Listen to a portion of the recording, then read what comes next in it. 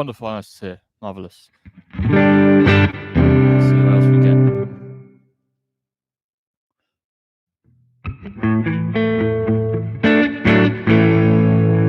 So, right, let's, because Alice is the only one here, let's have a look at what I set that group.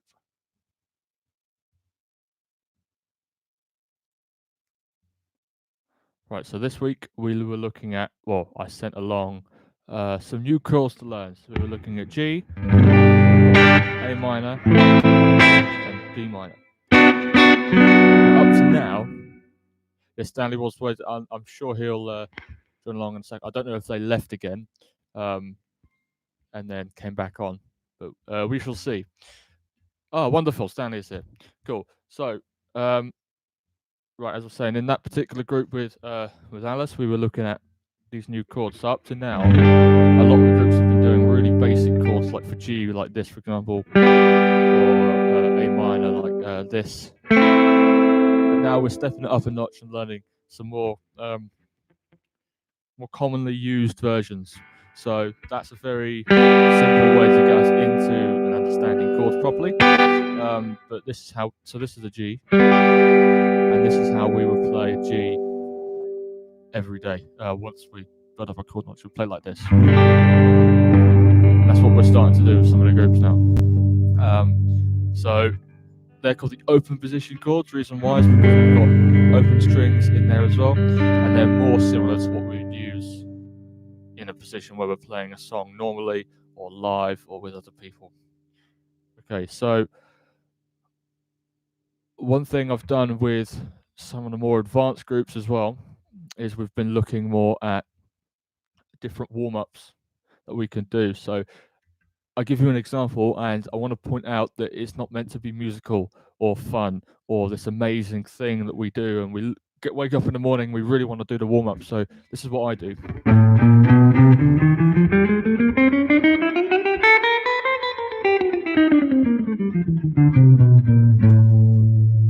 Okay, so I use this mainly to build up the strength in the pinky. And if you think about it, how often do we actually use the pinky in everyday life? Pretty much never, exclusively anyway. So it builds up the strength in there because it's our weakest finger, but also it helps get the blood flowing a little bit, warm my fingers up, because it's not nice playing when you're cold. I often do this just before I go on stage or something. I'll sit there, and you don't even have to have the volume up. Do it not even plugged in, because no one's meant to hear it. It's meant to get your fingers moving. It's a purely functional exercise. I would think you'd have to be a bit odd to wake up and really want to get going with that and really enjoy that. It can be done in different orders as well. So what I'm doing is I've got my index finger on fret number 5, and then our other fingers are on the next fret one at a time. So we've got index on 5, middle on 6, ring on 7, picking on 8. Now this is really hard for some people if they haven't done it before. But what we do is we use the alternate picking, which some of us have been looking at. So we pick down, up, down, up. Oh, sort that out. So we go down on fret 5 with our index finger, up on fret 6 with our middle, down on 7 with our ring, up on 8 with our pinky. And that's the best way to do it. And I go through every single string like that, and then I come back down again. So I'll do it one more time.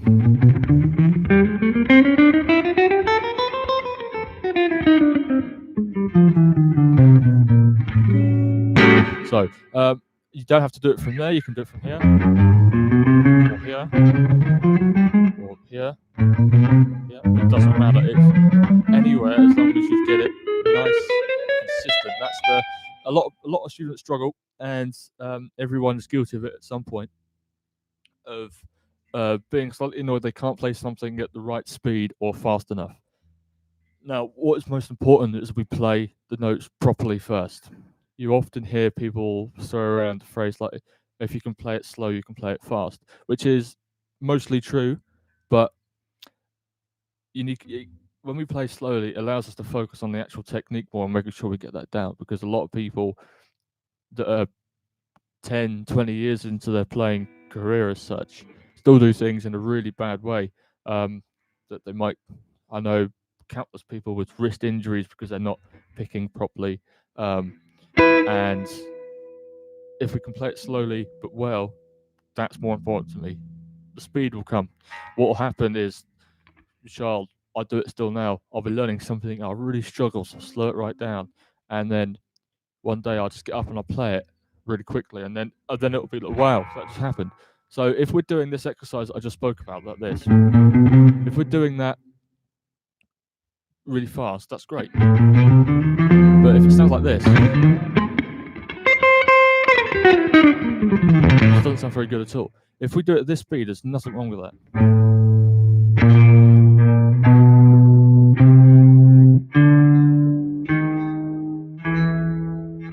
Do it half the speed if you need to. Making sure we get the alternate picking, so down, up, down, up, down. So that's the best way, I think, for people to warm up and get our fingers moving. Okay, let's have a look at something else we've been looking at. We've been looking at power chords. Okay, so some of the groups have done this, some haven't, but it's a good thing to know, and they're not that difficult. So the focus behind power chords is to do it like this. So we've got one finger anywhere you want. So because we've used 5th fret on the 6th string or E already, E5, let's put our finger there, and then we'll have to put either our ring finger or our pinky finger on the 7th fret A string. So we go one string down to here, and then 2 frets along, 1, 2, which gives us the 7th fret, 5th string, or A7. And we play just those 2 strings. A lot of people, when they first play a power chord, they do that, and they can do that, and then they do this. It's not what we want. We want just those 2. The beauty of this is that it's not, if you know anything about theory, it doesn't have the 3rd of the chord in, which means it's not major and it's not minor, because that note that makes it major or minor is not existent. So we can play this over any kind of music. We can play it over a minor chord or a major chord, and the effect will still be the same. Tuning my guitar quickly. Which is something, actually, while I'm on the subject of tuning my guitar, lots of people don't actually know how to do that. I found out in some lessons, both with the Music Works and with others. So I'll try and put a video together if I can, but there's also quite a few really good ones on YouTube already of how we tune our guitar properly. If you don't have a tuner, like a specific standalone tuner that you can clip on or plug your guitar into, that's fine, because you can get a free app on your phone. You can get many videos on YouTube that we use for that. Some guitars, expensive ones, even come with a system that tunes the guitar itself. Don't recommend that because they're really expensive and a massive waste of time. It's worth just getting your head around it and learning to tune the guitar yourself. And as I said, if you're not really sure about that, you can just find a video on YouTube, okay? Or if you can't find one that you like, then let us know and I'll send you one. Okay? Are there any questions at the moment? Just send them through as and when. I'm happy to answer them if I can. So I'm sure I'll be able to.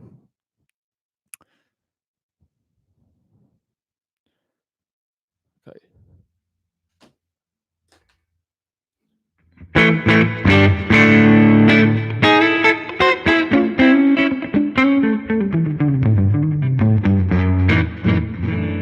One thing I like to do with some students, this goes for ukulele.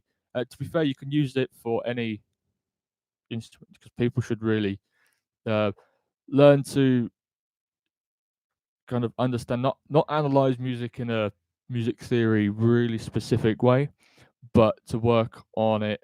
I'll start again. So a lot of people don't really know about different kinds of music, why it's called this, or what's the difference between like classic rock and heavy metal, for example. So something I like to do if we've got time, or it's a good thing to do if the group is, let's say, being distracted, which does happen, kids are kids. What I do is I will play a particular style. I might do this, for example. And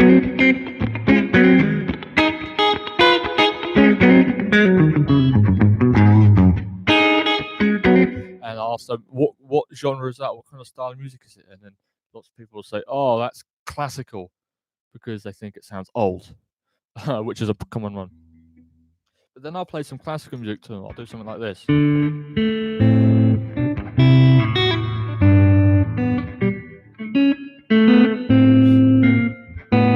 gonna start that again.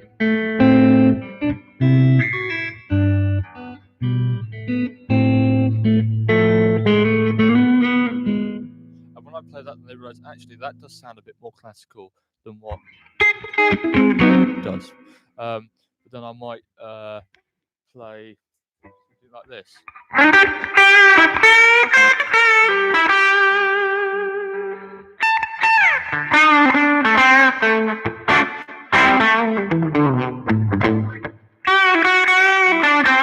And they might go, oh, that's pop music. You might hear that a little bit in pop, but that's more of a blues kind of thing. And that is not necessarily helping them with their specific instrument, but it's helping them be more aware of music as a whole. Okay, any questions? No, I can't see any questions. Cool. If anyone struggles with any of the particular chords or any of the parts of the songs, I mean, they're always going to be in the Yamaha book somewhere.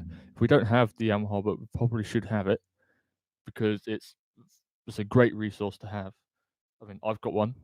I have to have one. I have to teach from it. But grab it quickly.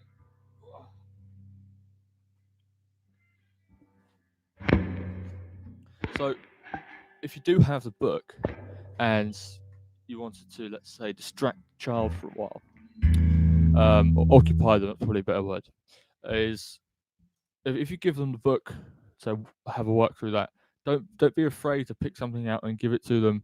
What I mean is, you don't have to go from page 1 and then page 2 and then page 3, because it's not. You can do that, but it's not the best way to do it. I don't think. I think the best way is to see where they're particularly struggling and then put them in a particular piece, or if they want to know about a particular chord, give them a song to learn when they play that chord. One of the songs we've been doing with a group at the moment is a song called Dance. Now, this is used as an introduction to fretted notes. So to start with, at the very start of the book, we play all the songs with open strings like that. But then obviously we can't go through the rest of our lives just playing open strings. It doesn't really work out that way, or how I wish it did. So with Dance, for example, I like to make sure it's only on these 3 frets. We don't go any higher. We can't go lower, because there's only open, and that's it. No worries. Thanks for that, Stanley. If you any questions at all, then give me a shout via email, and email music works. I saw that out. So cool. There should be some other people joining, which is fine. I'm not going to end this stream because it's just 2 guitar ones. But right, okay. So awesome. And I'll get those chords sent, the ukulele ones sent along. And if there's anything you need setting for guitar, then make sure to send an email. Okay, so yeah, we like to use fingers as well, because that's just it works. Okay. Wonderful. Harry is here. Nice. Good. Right. We've got a problem amongst a lot of beginner players, and even people that have been playing for a while, but they've been self-taught and they don't really have the feedback to tell them they're doing something wrong, is when we're fretting notes. So that could be if we're playing individual notes like this,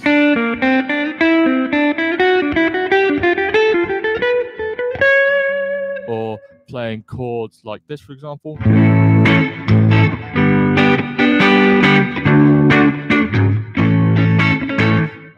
A lot of people will not fret the strings properly, and this causes a bit of an issue, because they will mute other strings. They'll put their fingers in places that they shouldn't on the guitar, that is, and it's not ideal. I'll give you an example. So say we're playing this chord, the G chord. Now pretty much every one of my students that I've got knows a version of this chord. Some might know it like this, some might know it like this, but this is how I play it every day. Okay, so what we do here, as I've said, with our chords and our individual notes, melodies or whatever, we use the tips of our fingers. So I don't know if you can see it. No, my camera's not that good, but I use a very tip, and that's it. If you use this part of your finger, then what will happen is the finger will tend to flatten out like this.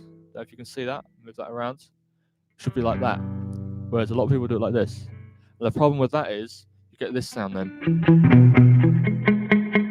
which is not what you want. You go, and that just sounds odd.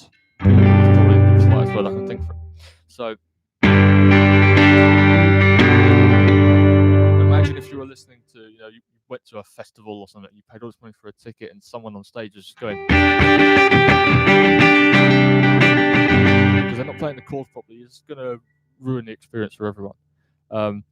Now, when we're learning, that's fine. You have to go through that stage of not playing it very well and getting there, and then you work on it. That's why we do our ear training, to make sure that we can hear if we're doing that. And everyone is actually really good at that. So some of the groups I will do the ear training with just major chords, minor chords, and diminished chords like this. Now, some of the parents don't understand why I do that. It's just literally so they can hear things with their, well, also they can hear it with their ears, but they can recognize stuff with their eyes, fingers, as well as their ears. Okay, so a major chord, everyone, if you ask a child, will tell you a major chord sounds happy. Now a minor chord sounds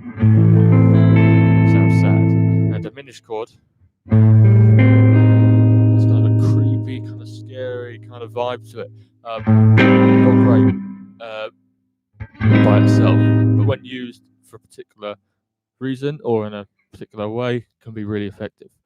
So some of the groups we'll just stick to major, minor, major, dominant. Now some of them we've been looking at dominant chords, so sounds like this. This is C major normally. This is C7. Look at dominant 7 chords. The difference between that, and this, and that, for example. That was always, so what I tend to do is I'll keep a mental note. Also, it's difficult with some of the larger groups to do it for every person, but I'll keep a mental note of kind of how well people are doing with that. And if they do really well for a week or two in a row, I'll add a new type of chord in, and then their kind of average score, if you will go down a little bit because they got this new chord in there that's confusing them, and then they get used to it with their ears, and then they build it back up, and I add a new one, and I keep doing that. Last time I did this when I was still studying, we would play a really weird chord like this one. I would have to tell them not what the notes were specifically because we don't have perfect pitch, but tell them what the chord was with all of its extensions. Now the name of this chord is an A7 sharp 5 sharp 9. Now that's really hard to hear with your ears, but that's the kind of absolute end game. That's not necessarily our target, but that's the kind of thing that we should be able to do in the future, is hear the difference between certain chords or melodies or different types of music. Okay, right. Let's see if there's anyone new in here. I can only see one person. Oh, great. Right. We've looked at warm-ups, and we've looked at new chords and stuff we've been doing. One thing that we do now with our more advanced groups, I don't like to use the word advanced. The groups that know more of the book, let's say, probably a better, more PC way of saying it. What we've been doing is looking at faster songs, as well as reading rhythms and recognizing what they look like, as well as what they sound like, and how we would count them, different ways we can get different names we can give them, because some people will struggle to uh, get it in their head, which is not a problem because I've struggled with this for a very long time. So, for example, if I write this rhythm out quickly, ignore the Disney princess paper. So the notes we've got on there, I don't know if that's mirrored on my screen. It should be the right way around for you. We've got 4 notes. They're called quarter notes, or we refer to them sometimes as T. And what we do with those is we count 4 in a bar, because there's 4 beats in a typical bar of music, and there's 4 of those. They call them a quarter note.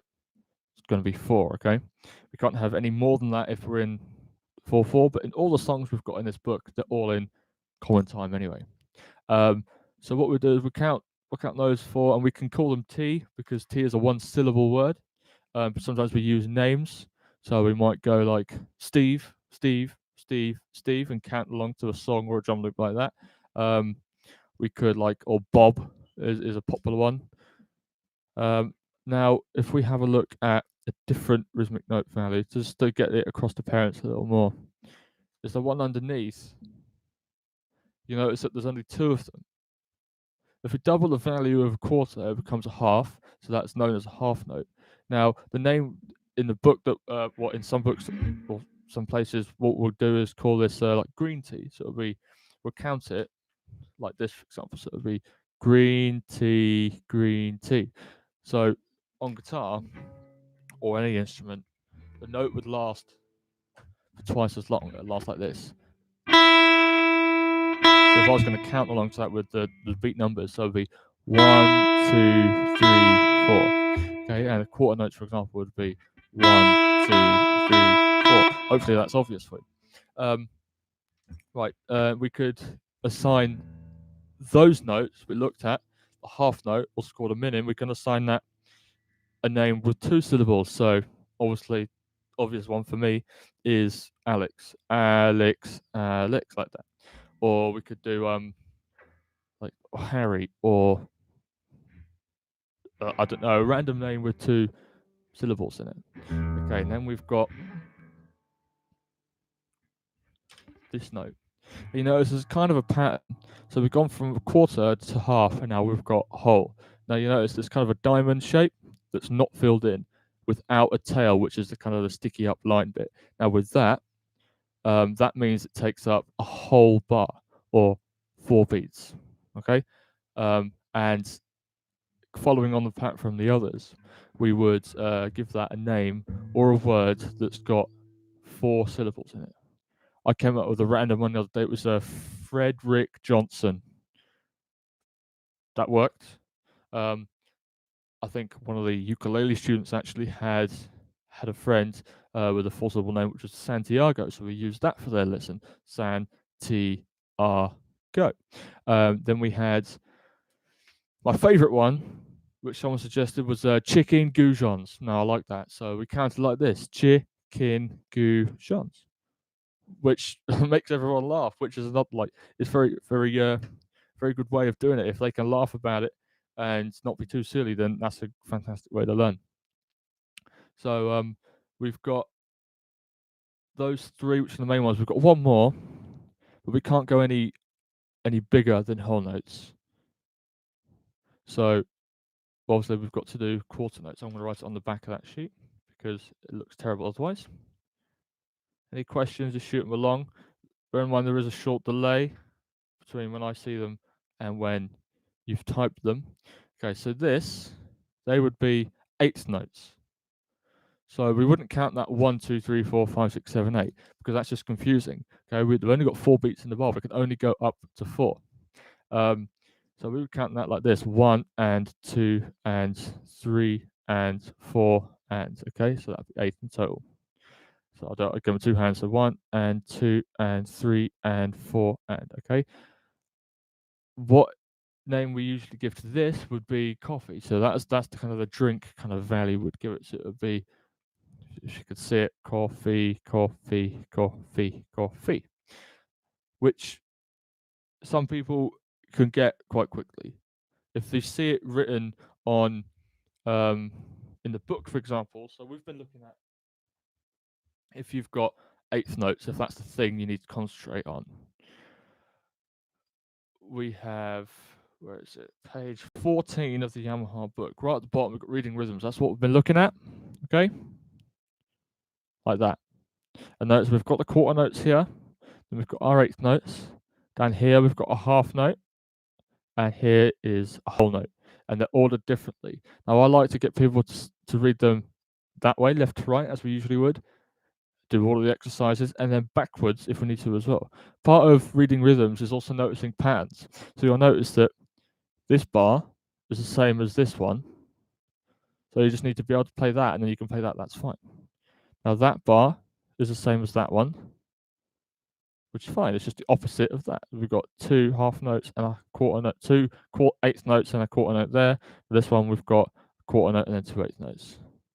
Okay, so it's all fairly, once we get our head around the initial or over the initial hump, really shouldn't be many problems other than just practice, which is a big issue with some people. As I said, I like to get people to do 15, 20 minutes every other day. For a bit older, I like to make half hour, 45 minutes. But one thing that's really important with guitar is to, or any instrument, is to make sure you practice something that you need to work on. There is no point being able, there's just no point playing something over and over again that you can already play. You're not learning, you're just playing, then you're not practicing or learning. So the things that I set as homework, for example, with some of the groups that have been sending out work this week, is it might be something that we've covered before, but because there's not really been any practice, because we've not played the new things, we've been playing things we already knew, we can't do it. So I can't, honestly, we can't really move on unless we've made good progress with something already. Is there any questions at the moment? Shoot them along. That helped me out massively.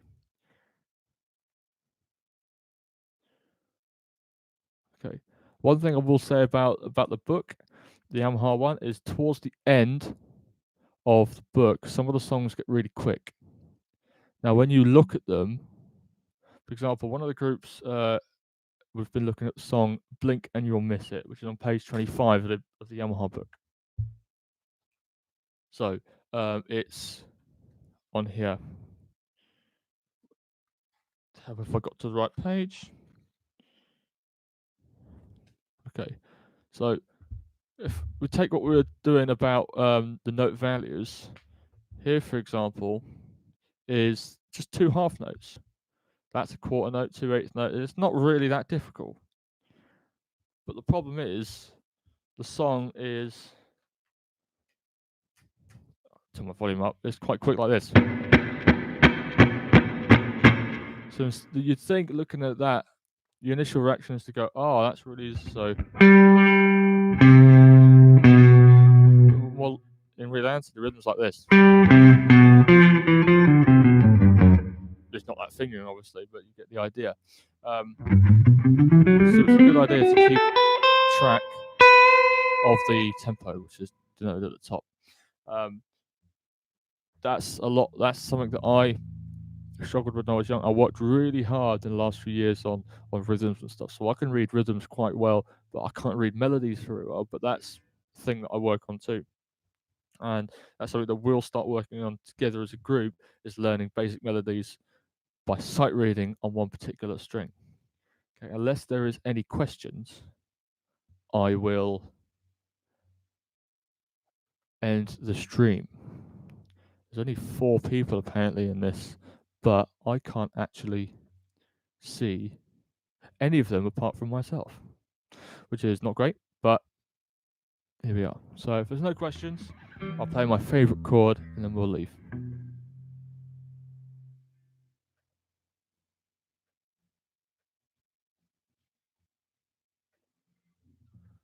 So no questions, so one chord and then home time.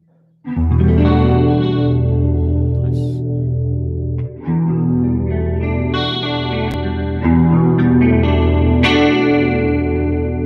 There you go. Well, thank you, everyone. I'll see you. Thank you, Dan. Yes, if Harry has any questions or anything to look at, then um, yeah, send an email along to MusicWorks and it'll filter down to me. And then I can, if I need to film a little video to help explain something in a different way or direct you towards some material that might be beneficial, then that's great. Okay, thank you, everyone, and have a good time. Look after yourself.